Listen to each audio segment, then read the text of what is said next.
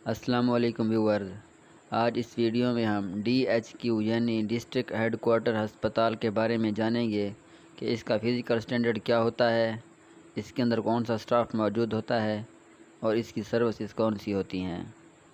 تو چلتے ہیں ویڈیو کی طرف۔ سب سے پہلے ہم DHQ کے فزیکل سٹینڈرڈ کی بات کرتے ہیں تو DHQ کے لیے کم سے کم 200 کنال زمین درکار ہوتی ہے۔ آبادی کے لحاظ سے DHQ کی 3 کیٹیگریز ہوتی ہیں۔ سب سے پہلے ایک کیٹیگری کے بارے میں بات کرتے ہیں۔ اگر ڈسٹرکٹ کی آبادی 30 لاکھ یا اس سے زیادہ ہوگی تو DHQ کے بیڈ کی اسٹرینتھ جو ہے وہ 400 تک ہوگی۔ اس کے اندر اسپیشلسٹ ڈاکٹر جو ہیں وہ 18 ہوں گے اور جو میڈیکل آفیسرز ہیں وہ 1 فی 12 بیڈز کے لیے ہوگا۔ جو چارج نرس ہے وہ 1 فی 8 بیڈز کے لیے ہوگی۔ اس کے علاوہ جو ہیڈ نرس ہے وہ 1 فی 10 چارج نرس کے لیے ہوگی۔ اب بی کیٹیگری کے بارے میں بات کرتے ہیں۔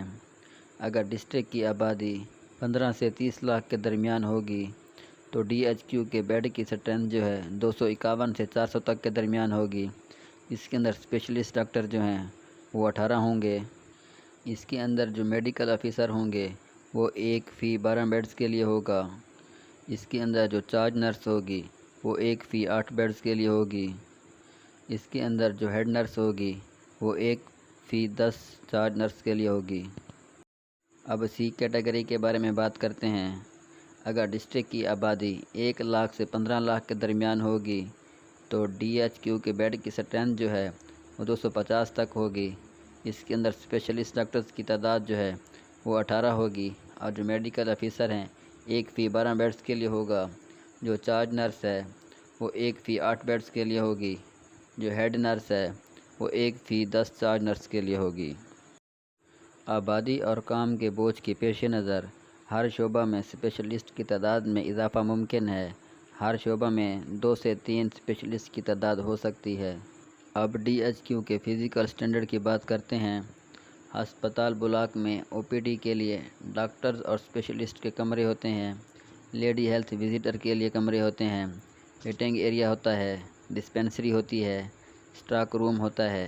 ECG روم ہوتا ہے۔ اس کے علاوہ الٹرا سونوگرافی روم ہوتا ہے۔ ہیلتھ ایجوکیشن روم ہوتا ہے۔ سوشل ویلفیئر میڈیکل آفیسر روم ہوتا ہے۔ نرسنگ سکول ہوتا ہے اور نرسنگ ہاسٹل ہوتا ہے۔ اور اس کے علاوہ لیبارٹری ہوتی ہے۔ لیبر روم ہوتا ہے۔ آپریشن تھیٹر ہوتا ہے۔ ایمرجنسی وارڈز ہوتا ہے۔ ایکس رے روم ہوتا ہے۔ دوسرے وارڈز ہوتے ہیں اور ویکسین سٹوریج روم ہوتا ہے۔ اب DHQ کے سٹاف کی بات کرتے ہیں تو سب سے پہلے جو اسپیشلسٹ ہوتے ہیں ان میں فزیشین ہوتا ہے، سرجن ہوتا ہے، گینیکولوجسٹ ہوتا ہے، پیڈیاٹریشین ہوتا ہے، انستھیٹسٹ ہوتا ہے، آپتھلمولوجسٹ ہوتا ہے، چیسٹ اسپیشلسٹ ہوتا ہے، ڈرمیٹالوجسٹ ہوتا ہے، کارڈیالوجسٹ ہوتا ہے، ریڈیالوجسٹ ہوتا ہے، پیتھالوجسٹ ہوتا ہے، ENT ہوتا ہے۔ اس کے علاوہ یورولوجسٹ ہوتا ہے، آرتھوپیڈکس ہوتا ہے، فزیوتھراپسٹ ہوتا ہے، سکیٹرسٹ ہوتا ہے، نیورولوجسٹ ہوتا ہے اور آئی اسپیشلسٹ ہوتا ہے۔ اس کے بعد میڈیکل سٹاف کے بارے میں بات کرتے ہیں۔ اس کے اندر medical officer, senior medical officer, APMO، PMO، EMO، women medical officer, blood transfusion officer اور ڈینٹل سرجن وغیرہ ہوتے ہیں۔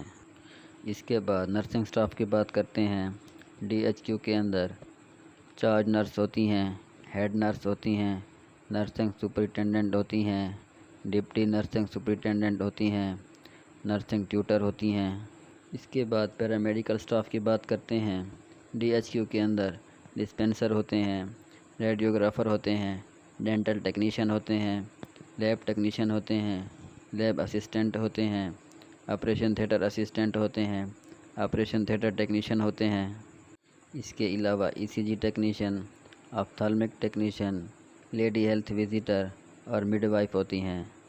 اس کے بعد نان میڈیکل اسپیشلسٹ سٹاف کی بات کرتے ہیں۔ اس میں اکاؤنٹنٹ ہوتا ہے، سوشل ویلفیئر آفیسر ہوتا ہے، فارماسسٹ ہوتا ہے۔ اس کے علاوہ ہیلتھ ایجوکیشن آفیسر ہوتا ہے، ہیلتھ اینڈ نیوٹریشن سپروائزر ہوتا ہے، بایو میڈیکل انجینئر ہوتا ہے۔ اس کے بعد DHQ کے سپورٹ سٹاف کی بات کرتے ہیں۔ اس میں store keeper, computer operator, head clerk, junior and senior clerk, نائب کاسد، کیشیئر، چوکیدار، driver, water carrier, carpenter, lab attendant, ward servant, اس کے علاوہ electrician, plumber, sanitary worker, wash man, tube well operator وغیرہ ہوتے ہیں۔ اس کے بعد DHQ کی ایڈمنسٹریشن کے بارے میں بات کرتے ہیں۔ اس میں میڈیکل سپرنٹینڈنٹ ہوتا ہے، ڈپٹی میڈیکل سپرنٹینڈنٹ ہوتا ہے، ڈپٹی نرسنگ سپرنٹینڈنٹ ہوتی ہے اور اس کے علاوہ نرسنگ اسکول کی پرنسپل ہوتی ہے۔ اس کے بعد DHQ کی سروسز کے بارے میں جانتے ہیں کہ DHQ میں کون کون سی سروسز مہیا کی جاتی ہیں۔ تو DHQ کے اندر جو ہے ایڈوانس ڈائگنوسٹک سروسز ہوتی ہیں۔ DHQ کے اندر انڈور پیشنٹ سروسز ہوتی ہیں۔ DHQ کے اندر آؤٹ ڈور پیشنٹ سروسز بھی ہوتی ہیں۔ DHQ کے اندر ایڈوانس اسپیشلسٹ سروسز ہوتی ہیں۔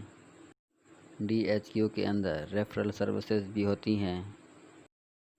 DHQ کے اندر سرجیکل سروسز بھی ہوتی ہیں۔ DHQ کے اندر میڈیکل سروسز بھی ہوتی ہیں۔ DHQ کے اندر ہر وقت ایمبولینس سروسز بھی ہوتی ہیں۔ DHQ کے اندر آپریشن تھیٹر کی بھی سروسز ہوتی ہے۔ DHQ کے اندر وارڈز کی سہولت بھی موجود ہوتی ہے۔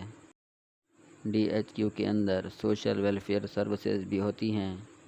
DHQ کے اندر جنرل نرسنگ اسکول کی سہولت بھی موجود ہوتی ہے۔ DHQ کے اندر ڈسپنسر ٹریننگ کلاسز بھی ہوتی ہیں۔ اس کے علاوہ DHQ میں میٹرنٹی وارڈ بھی ہوتا ہے۔ DHQ کے اندر ڈینٹل سروسز بھی ہوتی ہیں۔ DHQ کے اندر گائنیکالوجیکل سروسز بھی ہوتی ہیں۔ اس کے علاوہ DHQ میں پریونٹیو سروسز بھی ہوتی ہیں۔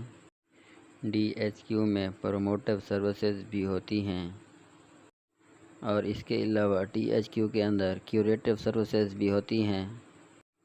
آج کی ویڈیو یہیں تک تھی۔ اگر آپ کو پسند آئی ہے تو اسے لائک کر دیں اور اچھا سا کمنٹ کر دیں۔ اگر چینل کو سبسکرائب نہیں کیا تو چینل کو سبسکرائب کر دیں۔ شکریہ، اللہ حافظ۔